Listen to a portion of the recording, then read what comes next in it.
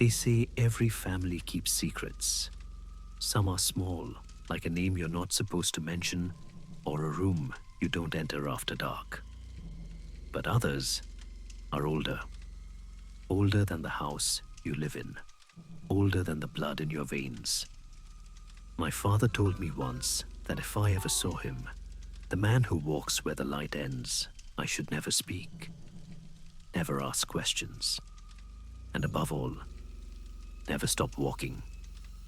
For years I thought it was just a story, until the night I learned the truth. And by then, it was far too late. My father had routines that made no sense to me back then. Every few weeks, he would check the locks 3 times after dark. He'd light a single candle by the back door, even though the hallway was bright enough without it. Sometimes, I'd hear a knock, always 3 times, and my father would stop whatever he was doing and hurry to the door. He never let anyone else answer. I used to hide on the staircase to watch. I wasn't supposed to, but curiosity is stronger than fear when you're young. He would open the door just a crack, and there on the other side would be him. The man in the shadows. His coat was long and dark, his skin a dull gray under the porch light. He never said a word. He only handed my father a folded piece of paper. Then my father would step outside, close the door behind him, and whisper. Always whispering. I could never hear the words, but I'd see my father come back inside, looking smaller than before, holding that same folded paper, like it was a curse. Sometimes he'd leave the house without finishing dinner. Sometimes he wouldn't come back until dawn.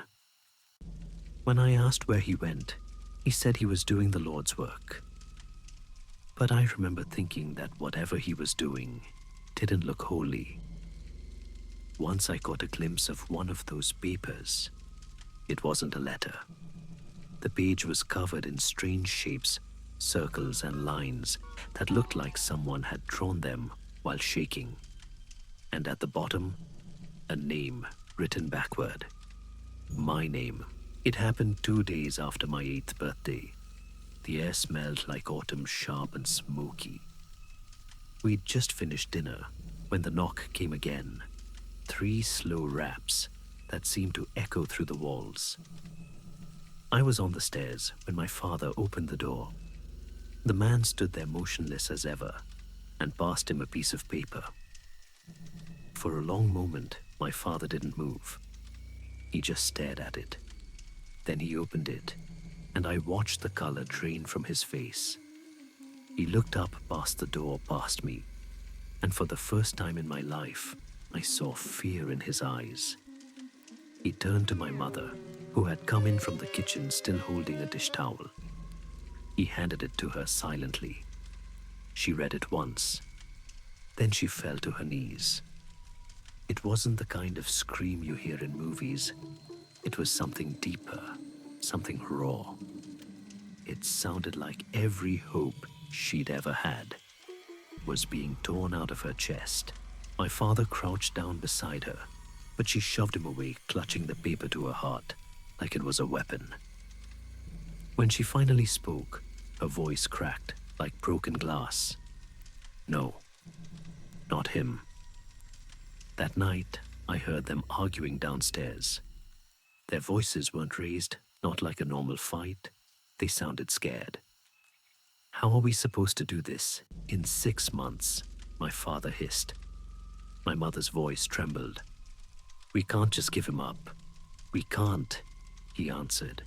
You know what happens if we don't. I remember those words more clearly than my own birthday. You know what happens if we don't. That was the first time I realized the man in the shadows wasn't just a ghost. He had power. And for some reason, that power was over us. Weeks passed. The house grew quiet in ways that had nothing to do with sound. My father stopped humming his hymns. My mother stopped smiling when she cooked. And I began to notice something else. She was changing. Her face was pale, her body weak, but her stomach had started to swell. She never said a word about it, and I was too afraid to ask. Once I caught her in the bathroom, standing in front of the mirror, one hand on her belly, the other pressed against the glass. And in the reflection, standing right beside her, was him. He was clearer than I'd ever seen him before. Tall, sharp eyes, like a hole in the world. But when I blinked, he was gone. My mother's lips were moving, whispering to someone I couldn't see.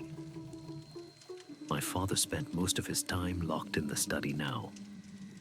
I'd hear him praying under his breath, muttering half verses from the Bible, his voice hoarse and cracked. Sometimes he'd fall silent for hours, and sometimes I'd hear him cry. One night, I found him kneeling beside his bed. The candle was burning low, and his hands were shaking. He didn't see me watching from the door, but I heard what he said. "Please not the boy. Take me instead." That was the first time I understood that the paper had been about me. It was the storm that woke me. The wind howled through the trees, and the house groaned with every gust. I could hear my mother's voice, downstairs, sharp and desperate. Then my father's begging. When I crept down the stairs, the air felt thick, like the house itself was holding its breath. "We have to give him a child tomorrow, Jonathan," she screamed. Her voice was wild, breaking on every word. "You know what happens if we don't." My father's voice was low, trembling. "We'll find another way. Please." "I'm done waiting," she shouted. You know what he said. You know what he wants. Then a crash. Glass breaking. A single scream that didn't sound human. When I reached the bottom of the stairs, the hallway was dark, except for a thin strip of light spilling from the bathroom door. The smell hit me, first iron and soap. My mother was on the floor. Her dress was soaked through with blood, her eyes wide open and glassy. In her hand was a kitchen knife, and in my father's arms was something small and pink, twisted and wrong. He was whispering to it, rocking back and forth. "Shh," he murmured. "It's okay. It's okay." It wasn't.